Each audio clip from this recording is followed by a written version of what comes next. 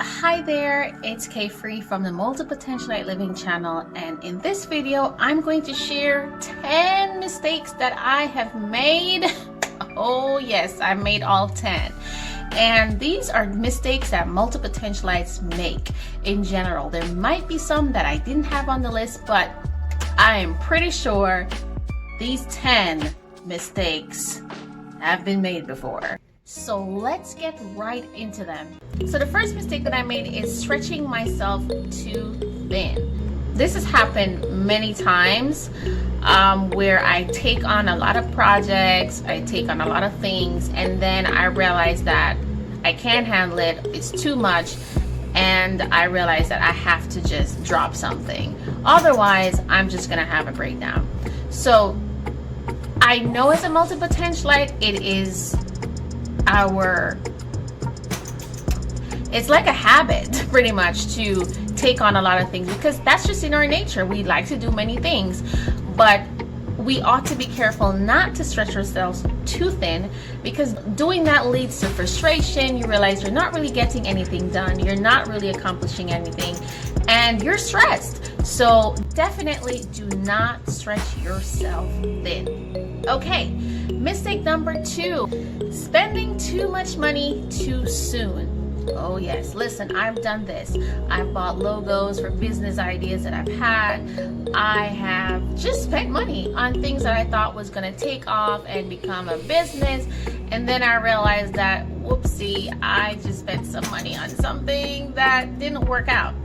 You definitely do not want to do that. I would highly recommend that you make smaller investments.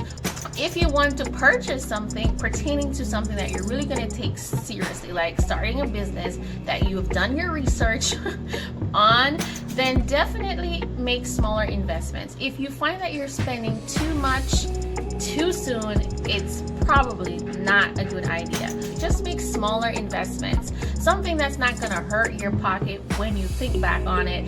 You know, if it goes awry or it doesn't work out, you don't really feel it so bad. But when you've spent so much money, in addition to spending a lot of time into this project, it really will hurt. So make smaller investments.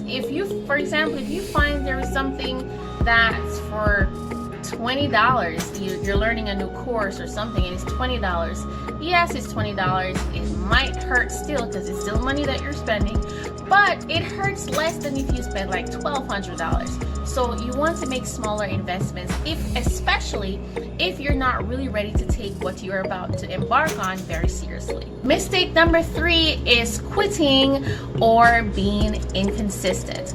When you quit, you're basically saying, I'm over it. You know, I'm not even gonna try. And that is really not an attitude that you want to adopt.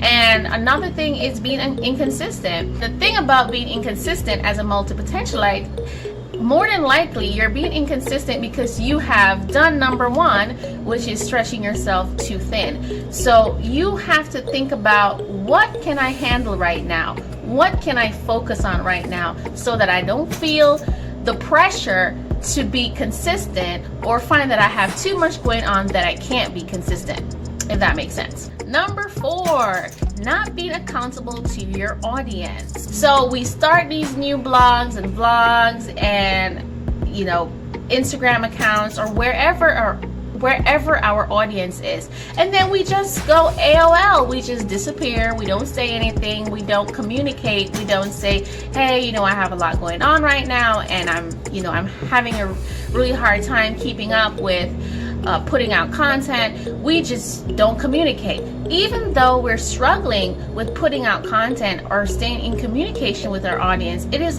important to communicate that. Yes, you still communicate your struggles. That makes you more authentic, and it makes you accountable. You're being accountable to your audience because you know your audience.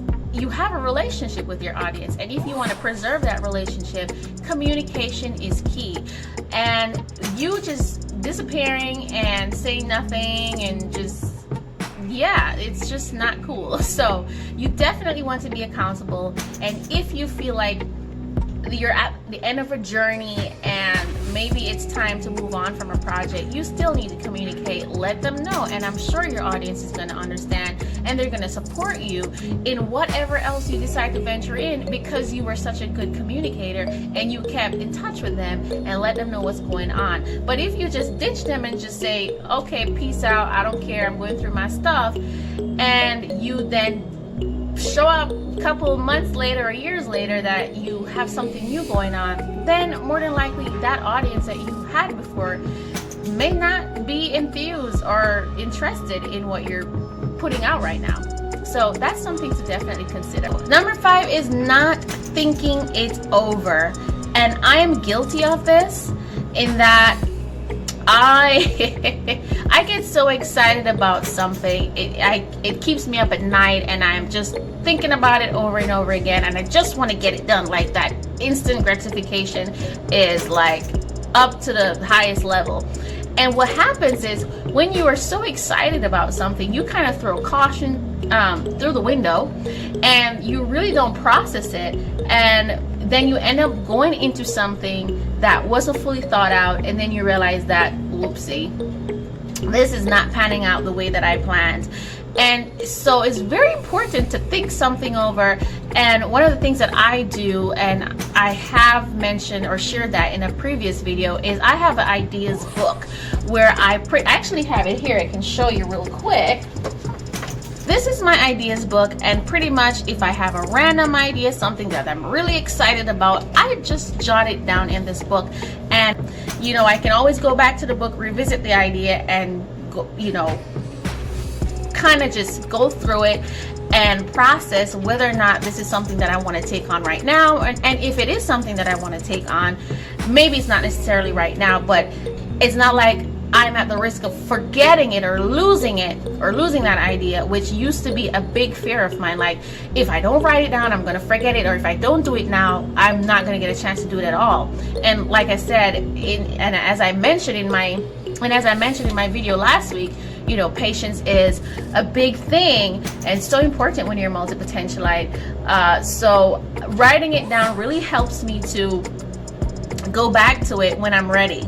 And you'll find that it really, really helps when you write ideas down, because you can always go back whenever you're ready. It's going to be right there. And if you have the resources and the time to really push that idea forward, you know all the details about that idea because it's right there. Okay, number 6 is taking it seriously too soon. And by it, I mean a business idea or something, some project you want to undertake. You kind of like go all in too soon, you know, and that can be very, very disastrous in situations. If we go back to number 5, you know, when you don't think it over, that's kind of ties into this point of taking it seriously too soon.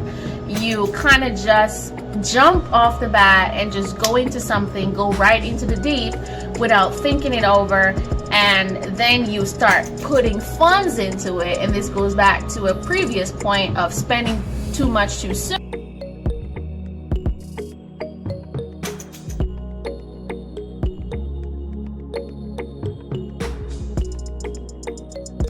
So guys, it got a little dark while I was recording, so I kind of shifted my my spot a little bit so that we can continue this video. And if you're finding value in this video so far, please go ahead and like this video and subscribe if you like the content that I'm sharing so far. So let's get back to the rest of the mistakes that I have made. I've made them. Let's get back into it. Number 7 is not finding a focus. I know. Why would I find a focus? I'm a multipotentialite. It's okay to do everything, right? Although we don't have one true calling, it doesn't mean that we should not focus. In fact, focus is one of the biggest issues or biggest challenges that multipotentialites face or struggle with constantly, daily, all the time, right here. That's my struggle. And what happens is when you're not able to find a focus, you find that you feel very scattered, you're all over the place, you're jumping from project to project, and you're not really getting anything done. You're not completing anything, essentially. And so when you're able to find a focus, it doesn't mean that you forget everything else. It doesn't mean that you give up on everything else that you're interested in. It means that you're able to manage yourself better. You're able to manage the projects that you're currently doing right now. The thing about finding a focus is, especially if you want to master something in particular, or you want to really be successful in the business that you're starting, you want to be able to focus on that right now, because starting a business takes a lot, and you can't just be all over the place when you're doing such a big thing. This goes back to last week's video where I talked about sticking to the priorities, and that goes along with finding that focus. You know, you have to determine for yourself, what am I going to really focus on this month, this week, this year? What goals am I crushing this year? Once you're able to stick to those priorities, you find that it's easier for you to complete something, or it's easier for you to move on from something that perhaps you've lost interest in. So finding focus doesn't mean that you give up on everything else that you're interested in. It just means that you're not feeling scattered, you're not feeling stretched too thin, you're not feeling overwhelmed, pretty much. So finding a focus doesn't mean you're choosing one career or that you're shunning everything else. It just means that you're prioritizing and you're giving that one thing all your attention. And giving that one thing your attention makes it easier for you to complete it and then move on to something else.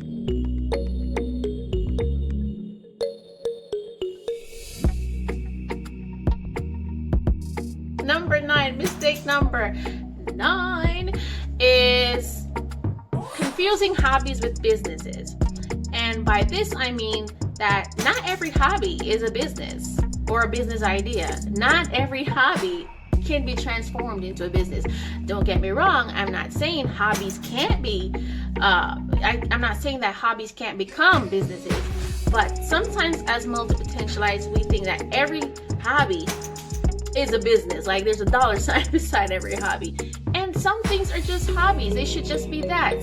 Stuff that you enjoy doing. Because sometimes when we make a hobby into a business, we find that we don't like it as we used to. We don't like it anymore.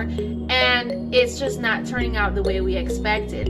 And maybe this hobby is not something that is needed. It is not solving a problem, hence it's not adding value to anybody else. And then that leads to the point of nobody's going to buy it, whether it's a product or a service. Nobody, whether it's a product or a service, nobody's buying it because they don't really think it's going to add value to them. So that's a big mistake. So I like photography. I'm not a professional photographer, so I'm not going to go and offer my services because I know that I don't think I would be a successful photographer.